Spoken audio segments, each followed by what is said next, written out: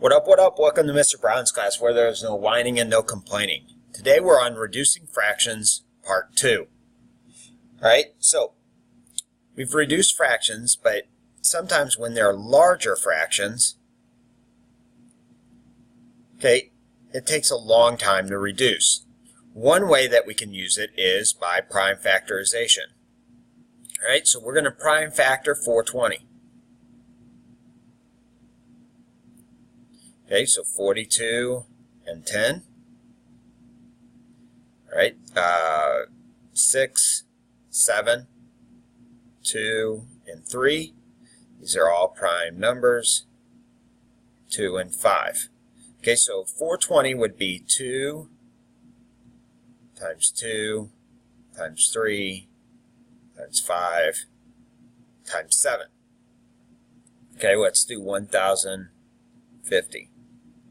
Again, ends in a 0.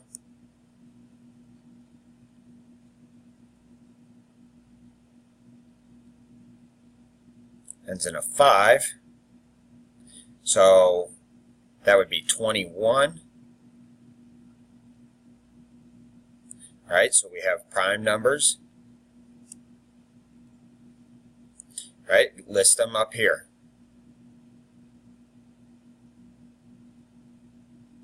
We have a 3, so let's put it underneath the 3, because you'll see why in a second. We have a 5, we have a 7, and we have 2 5s. So we put this in a little bit different order, and you're going to see why here. Okay, now, what happens is we have all this multiplication on top, all this multiplication on bottom. These cancel out. 2 divided by 2 is 1. 3 divided by 3 is 1. 5 divided by 5 is 1. 7 divided by 7 is 1. They cancel each other out. So what we're left with is 2 fifths. Okay, so if you prime factor, you can cancel out. If you have the same on top and bottom, they cancel each other out. And you're going to see this here in a second. This problem is going to help us with a couple different things, okay? So we're going to reduce, but we're also going to talk about probability. All right, so a set of alphabet cards includes one card for each letter of the alphabet. If one card is drawn from the set of cards, what is the probability of drawing a vowel, including Y? Well, how many letters are there? Remember, probability is what we want,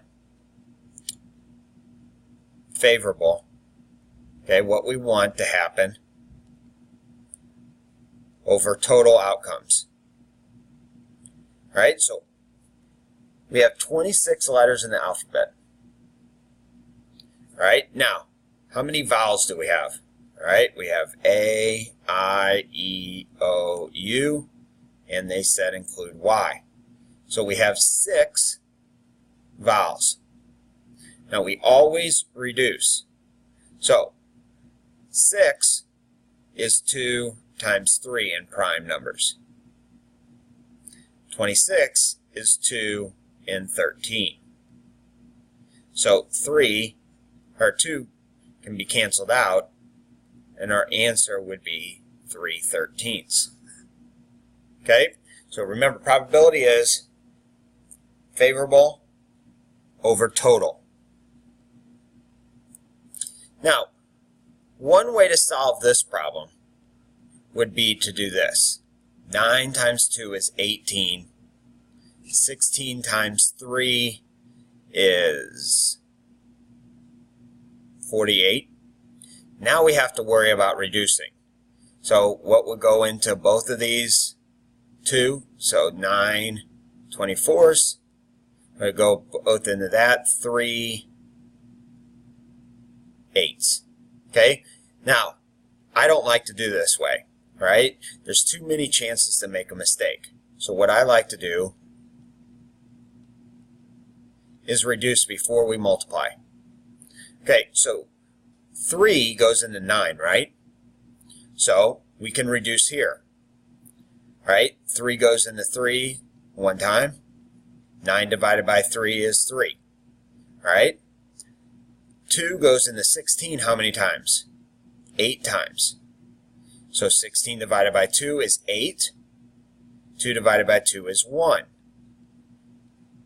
So we reduce by cross-reducing. Okay, so we're going to try it on this one. Okay, we don't want to do this, it would get too ugly. All right, so I see that a 3 goes into a 9. 1, 3. Okay, 4 goes into 8 twice. 5 goes into 10 twice. All right, now we just multiply across the top. 2 times 1 times 1 is 2. 3 times 2 times 1 is 6. Oh, I made a mistake. I could have reduced this. I could have reduced here and here. The answer would have been 1/3. But that's all right. Okay, there's no right or wrong way to do it. Okay, but see if you can reduce as much as possible. Okay, now, let's reduce this. So, the easiest way to do this would be to, what would go into 27 and 63? We know that, right? We could divide this by 9, this by 9. All right? Now, what would go into 20 and 32? Anybody know? 4, right? So 20 divided by 4 is 5. 32 divided by 4 is 8. Is there anything else we can reduce? No. Okay, so 3 times 5 is 15. 8 times 7 is 56. And that's our answer. Bada bing, bada boom. Hey, hello, person I've never met before. Here's a high